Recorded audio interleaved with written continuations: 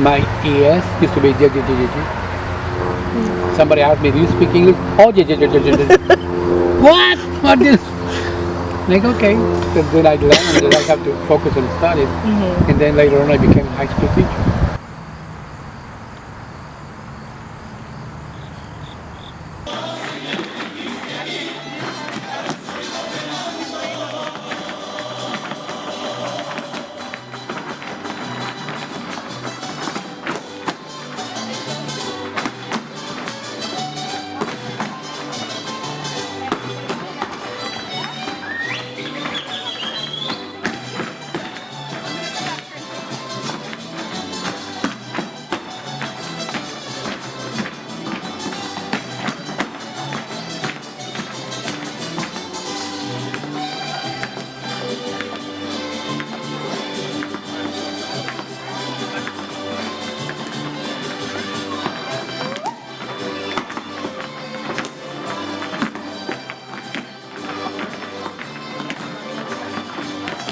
We are the only living species on planet Earth, humans, who are supposed to be the most advanced technologically and the most advanced, neuromatically. We are supposed to be that advanced. We are the only species on this planet that pays to live. Yeah.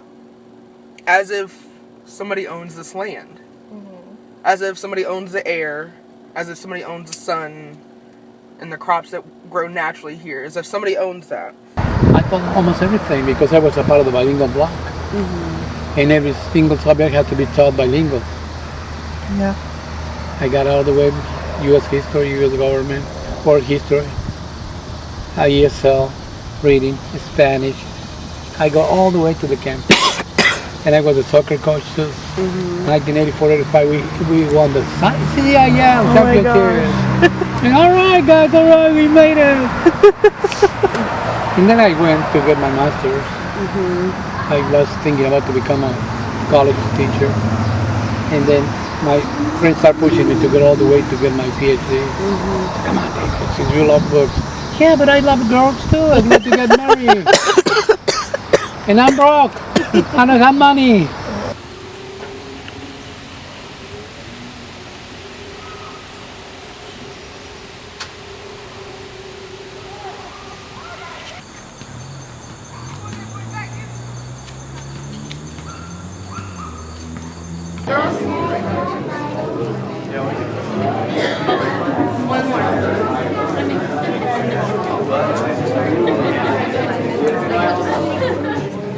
Put your Girl Scout pants and show them the bonitas with the hands.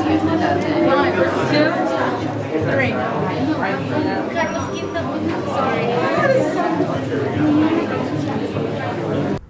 I wasn't taught Spanish growing up. I was taught Spanish growing up, but not fluently in the way that most Mexicans learn how to speak Spanish in their homes.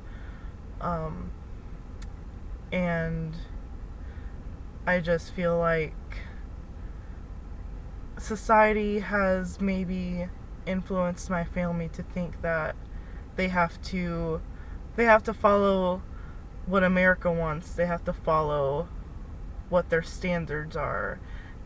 Because, well, I think that because my mom told me they were raised speaking English because they said that my grandpa had to learn English.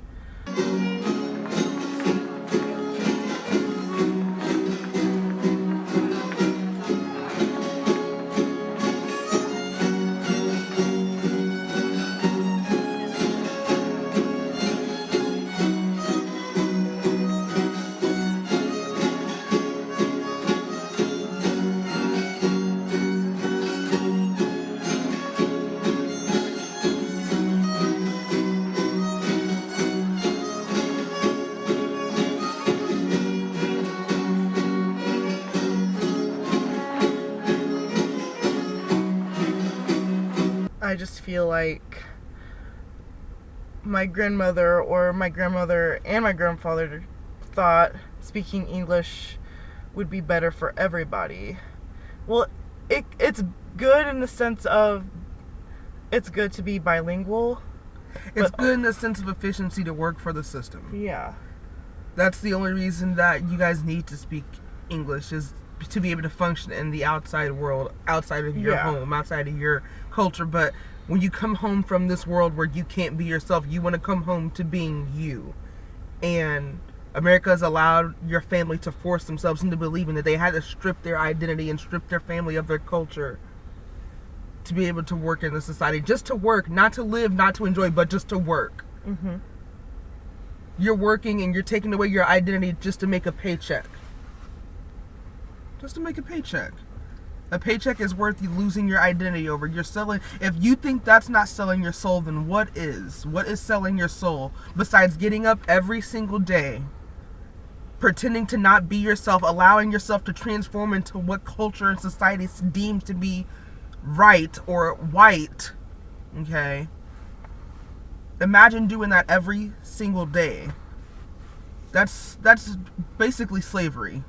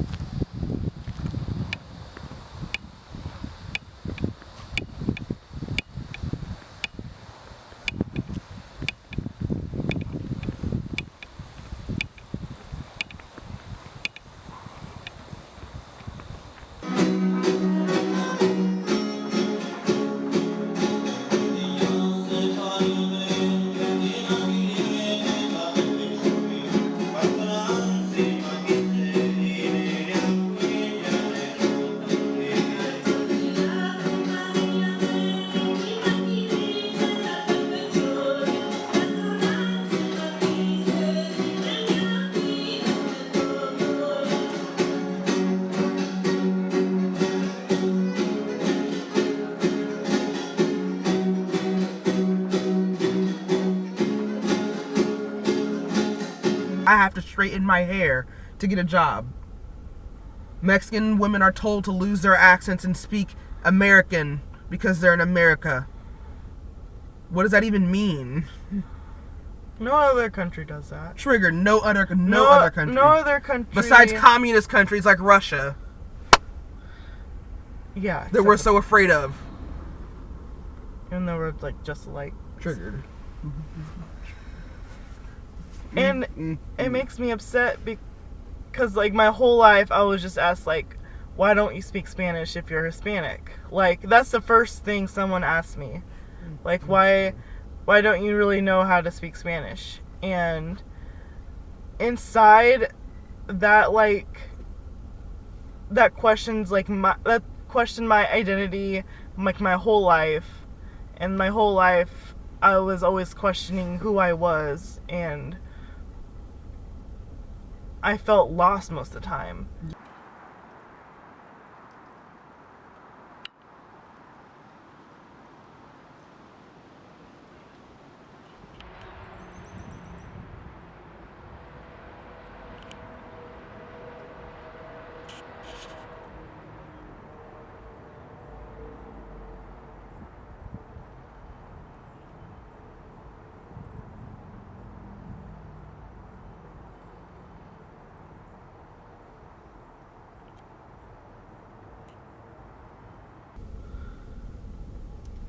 I specifically remember my mother never allowing us to speak in slang or ebonics. So like just talking regular street talk. It wasn't a thing because you couldn't sound too ghetto. I always knew when I went out in the public, I knew I couldn't be myself.